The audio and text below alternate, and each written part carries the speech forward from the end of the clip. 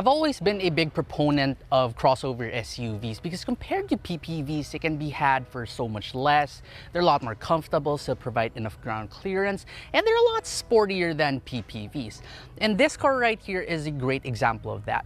This is the 2022 MGHS Trophy.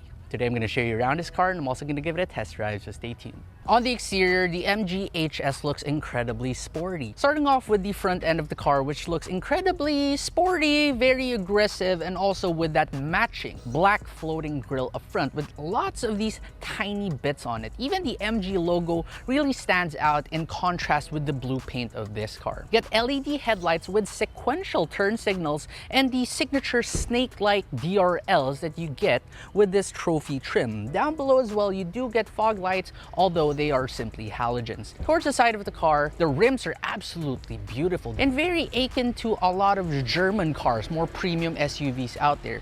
18-inch rims wrapped in 50 series tires as well. And I absolutely love just how curvy this car is, and with not too much chrome. Although I love chrome, the amount that they put here is just right. Just here along your windowsill and also on your door handles. The MGHS also features the best and longest wheelbase in its class, outpacing even the Toyota RAV4 and the Honda CR-V, plus the Geely Azkara. 174 millimeters of ground clearance is more than enough for Philippine floods, and you also get a trophy badge for this trophy trim. Towards the rear, it's also rather curvy, very similar to a Mercedes-Benz GLC or a GLE. Dual exhausts down below and a Brit Dynamics badge. You also get a reverse camera over here. Then you also do receive a power tailgate in this one, where you reveal 463 liters of space, making it pretty good for the class. And you also have a space saver spare tire inside. Open up the hood of the MGHS Trophy, and first of all, you do get hood struts. I love that. And under here, you have a 1.5-liter inline-4 turbocharged gasoline engine, making 169 horsepower and also 250 newton meters of torque. This is mated to a 7-speed TST, as MG would call it, but what it really is a dual clutch transmission. In the city conditions, you can do around 6 kilometers per liter. Take it up over to the highway, and you'll be returning around 12 kilometers per liter. It's not only the exterior that looks good in the MGHS, because now let's check out the interior. First, let's check the door thud. It sounds pretty good. It's not the best, but it is also pretty good.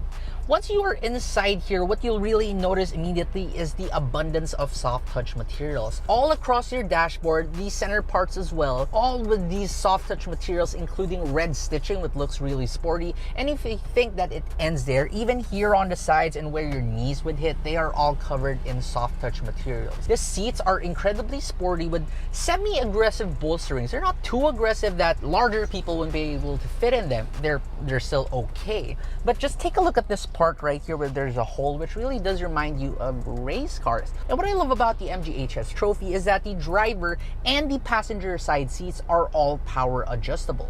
Kind of hard to find in this class. The instrument cluster is a 12.1-inch screen that is incredibly crisp, and you can even change the drive modes. You have Eco, Normal, Sport, Custom, and also a Super Sport mode, which can be toggled by this race car-like button by the steering wheel. Speaking of the steering wheel, it is multifunction with paddle shifters, and you only get cruise control without adaptive cruise control. However, you can tilt and telescope the steering wheel, which is also pretty good for the class. Towards the center, this is a little bit of the chink in the armor of the MGHS. This one right here is a 10-inch screen. While it is rather responsive and does come with Apple CarPlay and Android Auto, my only issue with that is that if you do want to go in to change your AC settings, you do have to kind of fuff about it in the screen, which sometimes gets a bit slow. There is no dedicated button to raise or lower your AC fan speeds. Bummer. You do, however, get ambient lighting in this car, which can also be controlled through that screen. Towards the middle, this shifter even has an MG logo on it. Rather clean look. You also get an electronic parking brake in this one, auto hold, hill descent control, and TPMS plus blind spot indicator system. You also get rear cross traffic alert system, and you also get lane keep assist with the MGHS Trophy. And it's not only the front passengers who's going to be happy about the MGHS Trophy, because here at the back, it's equally as good, if not better. Let's check the door thud first. And that sounds incredibly solid. Here at the back, remember how I said that this car has one of the longest, if not the longest wheelbase in its class? It really shows with the amount of legroom and headroom that you get back here. This is just abundant in terms of legroom. Headroom, despite the panoramic sunroof, which by the way this car has, is also pretty good. For your toys back here, you get your own armrest, very solid and chunky feeling, with your very own 2 cup holders and also a cubby at the back. Close that one up, and here you can see that you even have your own air filter right here, 2 air vents, and also 2 USB ports. Plus, you also get this incredibly solid feeling mat pockets, which can easily house your laptops just like that. Now, if you do want to seat 3 people in the MGHS Trophy, it's totally doable because the car really feels quite wide, and the floor is also almost completely flat. So, longer journeys with 5 people in this car, not the best, but pretty good. Now let's drive the MGHS Trophy. I quite like the ride of the MGHS because compared to a lot of the cars in the segment, the ride is not overly soft. I mean, it sure really is quite soft, but not to the point that taking it over a corner would make your passengers with motion sickness want to puke. This car, it has a lot of give. It's incredibly forgiving over bumps and potholes, but it doesn't like go all the way out and give you a feeling of bottoming out. Despite it having really soft suspension, it can slightly hold itself when you throw it around corners. It's not the most sporty out there, despite it looking quite sporty on the inside and on the outside, but it is more than enough for your occasional trips out of town. Power in this car with 169 horsepower. It is quite smooth because it is an inline-4 engine after all, and there's always power available once the transmission decides to shift into the proper gear, because the big bottleneck in this car would be its dual clutch transmission, the 7-speed dual clutch. In city speeds and stop and go traffic, it has this tendency of like having to hunt for gears. It feels like you are driving a manual vehicle, and it gets especially worse when you combine it with the brakes in the stop and go traffic, because the brakes are so bitey.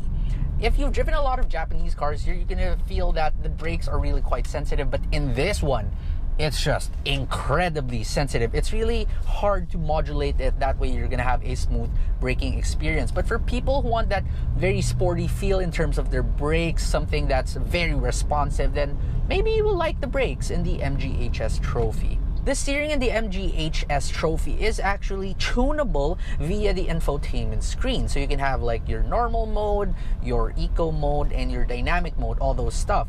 You can adjust how heavy the steering would be. Despite that, if you want to drive this car a little bit sportily, and even if you put it into its dynamic mode, it feels a little bit over-assisted, which isn't exactly great for sporty driving, but for those who enjoy an incredibly light and effortless type of steering system, especially if they often drive inside the city, then they will really love the steering in the MGHS Trophy.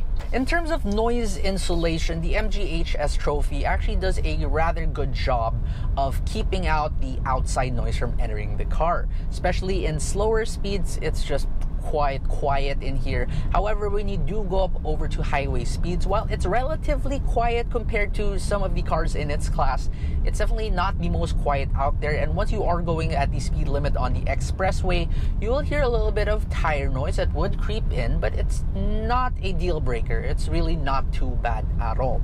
Parking this car is actually not challenging as well, because your visibility is excellent all around, and you even have a reverse camera in this one that is rather clear, although you don't get a 360-degree view camera. The MGHS Trophy, therefore, is definitely a lot more comfortable compared to its PPV counterparts. It still has enough ground clearance to battle those cars and floods as well, and I must say it looks a lot better than those cars. What about pricing though? This car right here cost 1,308,888 pesos, making it one of the best bang for your buck cars in its class, undercutting even some of its competitors. And at that price point, I think that this car right here would make a great option for anyone looking for a comfortable, sporty looking, and rather refined crossover SUV.